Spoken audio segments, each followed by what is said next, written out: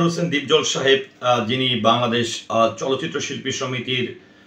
সম্মানিত সাধারণ সম্পাদক, এর আগেও কিন্তু তিনি বেশ কয়েকবার কিন্তু সিনিয়র সহসভাপতি ছিলেন। তো এই যে মনোয়ার হোসেন দীপজল সাহেব, তিনি কিন্তু শুধুমাত্র যে একজন অভিনেতা তা কিন্তু না, তিনি কিন্তু বাংলাদেশ চলচ্চিত্র শিল্পী সমিতির যেরকম সাধারণ সম্পাদক, তিনি প্রযোজক এবং পরিবেশক সমিতির সদস্য, তিনি পরিচালক সমিতির সদস্য। তো একটি দুঃখজনক বিষয় হচ্ছে যে মনোয়ার হোসেন দীপজল সাহেবের বিরুদ্ধে নারী নির্যাতনের একটি মামলা আমরা যেটি লক্ষ্য করলাম যে একজন ভক্ত তিনি সে মামলাটি দিয়েছে। তো এই মামলা সম্পর্কে আমি কিছু গুরুত্বপূর্ণ কথা এবং আপনাদেরকে বলতে চাই। সেটি হচ্ছে যে মনোয়ার হোসেন দীপজল সাহেব, আপনারা জানেন যে 2024 আমরা যখন বাংলাদেশ চলচ্চিত্র শিল্পী সমিতি নির্বাচনটি করি 24-26, তখন নির্বাচনের কিছুদিন আগ থেকে এই মহিলাটি এফডিসির গেটে এসে দাঁড়িয়ে থাকতো, এফডিসির ভেতরে এসে ঘুরতো,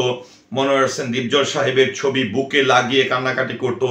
এবং সে বারবার দাবি করতো যে আমি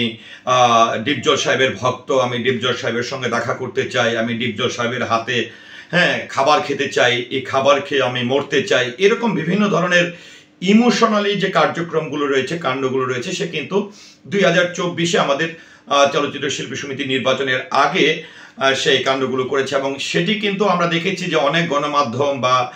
যারা কন্টেন্ট ক্রিয়েটর আছেন, ইউটিউব, ফেসবুক, বিভিন্ন জায়গায় কিন্তু সেই ভিডিওগুলো কিন্তু এখনো আছে। তো আরেকটা বিষয় হচ্ছে যে যখন আসলে এইভাবে তিনি দীপজল সাহেবের সঙ্গে দেখা করার জন্য এরকম কান্নাকাটি করতো, হইহুল্লা করতো, তখন একবার মাত্র মনোয়ার হোসেন দীপজল সাহেবের সঙ্গে এই মহিলার এফডিসিতে দেখা হয়েছিল এবং দেখা হওয়ার পরে তিনি যেটি বললো যে তার স্বামী নেই, তার সন্তানদের নিয়ে তিনি চলতে পারতেছে না, খেতে পারতেছে না, তখন মনোয়ার হোসেন দীপজল সাহেবের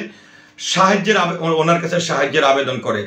এবং তারপর থেকে এরকম প্রায় সময়ই এরকম মনোয়ার হোসেন দীপজল সাহেবকে ইমোশনালি বিভিন্নভাবে কান্নাকাটি, বিভিন্ন ইউটিউবে যেয়ে,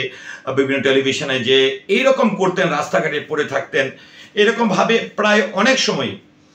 মনোয়ার হোসেন দীপজল সাহেবের কাছ থেকে তিনি পরিবারের কথা বলে, অসহায় বাচ্চাদের কথা বলে কিন্তু সাহায্য সহযোগিতা নিয়েছেন। তো মনোয়ার হোসেন দীপজল সাহেবের সঙ্গে এই যে মহিলাটি মামলাটি করেছে তার সঙ্গে কিন্তু মাত্র একবার দেখা হয়েছে, কিন্তু পরবর্তীতে তার লোকজনের মারফতে এইভাবে কিন্তু অনেক সহযোগিতা এই পরিবারের জন্য সে নিয়েছে। আচ্ছা, তারপরে যদি যেতে চাই, আমরা দেখেছিলাম যে গত যে এবারের আগের যে কুরবানির ঈদটি, সেই কুরবানির ঈদের কিন্তু ঈদের যে মার্কেটটি,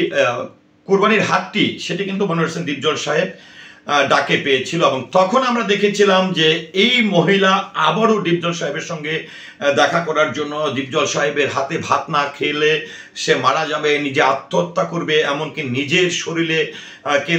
কেরোসিন তেল ঢেলে দিচ্ছে, পেট্রোল ঢেলে দিচ্ছে,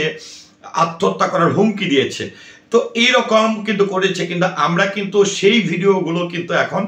আছে সামাজিক যোগাযোগ মাধ্যম, ইউটিউবে বিভিন্ন জায়গায় কিন্তু আছে এবং আমরা যারা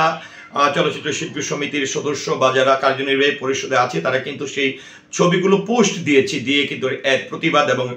সরকারের কাছে, মহামান্য আদালতের কাছে ন্যায় বিচার চেয়েছি। কারণ আমরা কেউ আইনের ঊর্ধ্বে না, আসলে সত্যের পক্ষেই আসলে রায় হোক এবং যেটি সত্যি সেদিকে বিচারটি হোক, সেটি কিন্তু আমরা অবশ্যই আশাবাদী। তবে তারপরে দেখেন যে মহিলাটি আরেকটা বিষয় বলেছে, গত 15ই জুন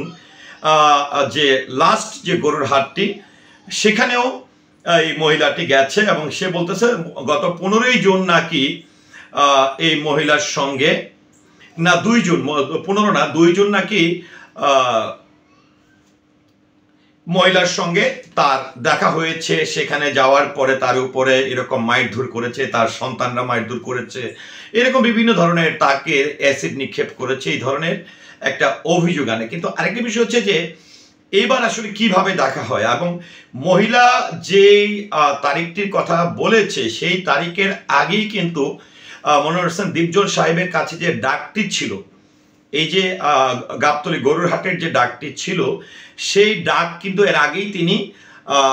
সিটি কর্পোরেশনকে বুঝিয়ে দিয়েছেন। তো আগের মাসে প্রায় 1 মাস আগে সিটি কর্পোরেশনকে তিনি এই গরুর হাটটি বুঝিয়ে দিয়েছেন, কিন্তু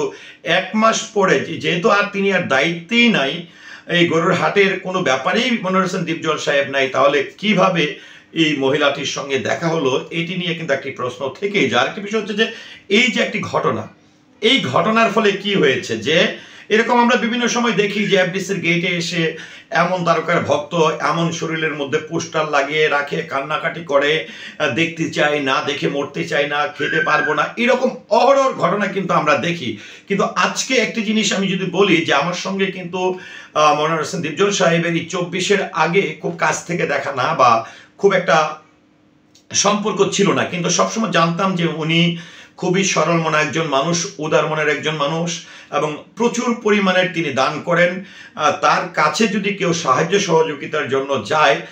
তাহলে নাকি তিনি কখনোই ফিরিয়ে দেন না। এই বিষয়টি আমি একদমই চলচ্চিত্রে আসার আগ থেকেই কিন্তু এরকম শুনেছি, কিন্তু প্রত্যক্ষ পরোক্ষভাবে যখন আমি এবারে বাংলাদেশ চলচ্চিত্র শিল্পী সমিতি নির্বাচন করেছি, এমনকি আমি মনোয়ার হোসেন দীপজল সাহেবের বিপরীত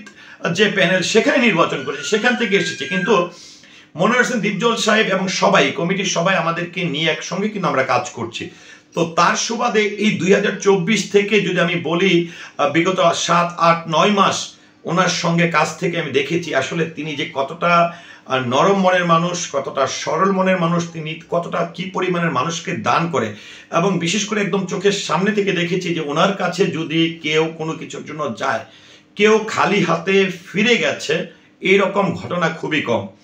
এবং আরেকটা বিষয় হচ্ছে যে চলচ্চিত্রের যে আমরা জানি যে 18-19টি সংগঠন রয়েছে, প্রত্যেকটি সংগঠনের যে কোনো কার্যক্রমে যে কোনো সদস্যর যদি কোনো পারিবারিক সমস্যা হয়, কেউ অসুস্থ হয়, এরকম প্রত্যেকটি মানবিক কাজে কিন্তু মনোয়ার হোসেন দীপজল সাহেব বরাবরই এগিয়ে আসেন। তো আজকে মনোয়ার হোসেন দীপজল সাহেবের ভক্ত হিসাবে যেই মানুষটি এফডিসির গেটে এসে দাঁড়িয়ে থাকতেন, তারপর আমাদের নির্বাচনের সময়ও কিন্তু এই মহিলা প্রচুর পরিমাণের পাগলামি করেছে তার সঙ্গে দেখা করার জন্য, এবং আসলে তার এই পাগলামি দেখে মনোয়ার হোসেন দীপজল সাহেবের পক্ষ থেকে তাকে কিন্তু প্রচুর পরিমাণের সাহায্য সহযোগিতাও করা হয়েছে। কিন্তু আজকে মনোয়ার হোসেন দীপজল সাহেব এই সাহায্য সহযোগিতা করতে যে কি হয়েছে,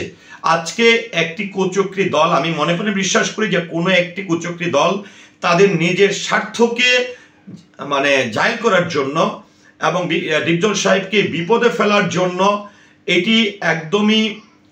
পরিকল্পিতভাবে এই মহিলাটাকে ব্যবহার করে তার বিরুদ্ধে এরকম একটি অভিযোগ আনা হয়েছে। তো যাই হোক, আমরা অবশ্যই আইনের প্রতি শ্রদ্ধাশীল, আইন অবশ্যই ন্যায় বিচার করবে, আমরা কেউ আইনের ঊর্ধ্বে না। আমি শুধুমাত্র বলবো যে একজন ক্ষুদ্র শিল্পী হিসাবে যে এই মামলাটির সঠিক তদন্ত হোক, সঠিক তদন্তের মাধ্যমে যদি মনে হয় মনোয়ার হোসেন দীপজল সাহেব অপরাধী, তাহলে আমার কোনো অভিযোগ নাই, মহামান্য আদালত যা শাস্তি দিবে তাই হোক। কিন্তু যদি অপরাধী না হয়, যিনি অভিযোগ করেছে এটি যদি মিথ্যা প্রমাণিত হয়, অবশ্যই আমি মনে করি তাকে আইনের আওতায় এনে অনেক কঠোর থেকে কঠোরতম শাস্তি দেওয়া উচিত, এবং আমি সেই দাবিটি রাখছি। আসসালামু আলাইকুম।